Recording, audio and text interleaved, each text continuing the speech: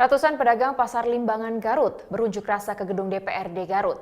Mereka menuntut Bupati mencabut revitalisasi pasar dan menghentikan pembangunan pasar yang tidak dinilai mengantongi AMDAL dan belum ada kesepakatan harga kios. Selasa siang, ratusan pedagang Pasar Limbangan Garut berunjuk rasa ke kantor DPRD Kabupaten Garut.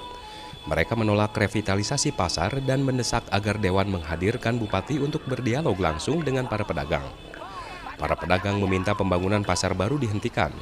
Selain dinilai melawan hukum, harga kios yang mencapai 12 juta per meter di lokasi baru dinilai para pedagang pasar terlalu mahal. Fasilitas yang ada juga tidak memadai. Pembangunan pasar yang dikerjakan oleh PT Elva Primandiri juga dinilai tidak mengantongi analisis mengenai dampak lingkungan, AMDAL, dari Dinas Lingkungan Hidup dan Kebersihan. Kami dari warga Pasar Limbangan tetap tuntutannya meminta pertanggungjawaban Bupati Kabupaten Garut Haji Rudi Ngawaran terkait revitalisasi Pasar Limbangan. Upaya kami sebagai masyarakat yang baik, sebagai partisipasi bahwa pasar ini harus sejahtera, bahwa pasar ini harus manfaat untuk semua. Tetapi sampai saat ini justru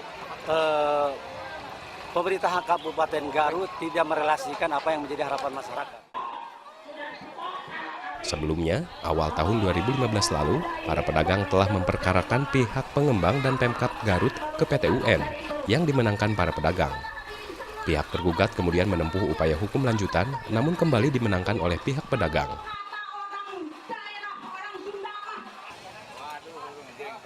Pemerintah Kabupaten Garut juga akan merelokasi lebih dari 1.300 pedagang di Pasar Wanaraja bulan Februari mendatang.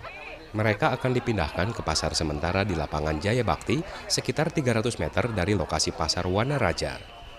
Untuk memastikan kesiapan proses relokasi, Bupati Garut Rudi Gunawan Selasa pagi meninjau Pasar Wanaraja.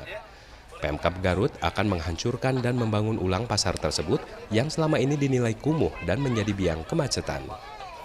Anggaran untuk pembangunan pasar ini akan menghabiskan dana 25 miliar rupiah yang diambil dari APBD Kabupaten Garut. Sedangkan pembangunannya akan memakan waktu sekitar 7 bulan. Nantinya kios-kios baru milik pemerintah akan ditempati para pedagang tanpa dibebankan kompensasi. Pedagang tidak perlu membayar biaya kios dan hanya menempati saja. Pemkab hanya akan menaikkan retribusi pasar sekitar Rp2.000 per hari. Pasar ini akan kita bangun di 2016. Insya Allah bulan Februari kita akan mulai pembangunan. Jadi dalam pasar Pemda mereka menempati ini tanpa diminta kompensasi.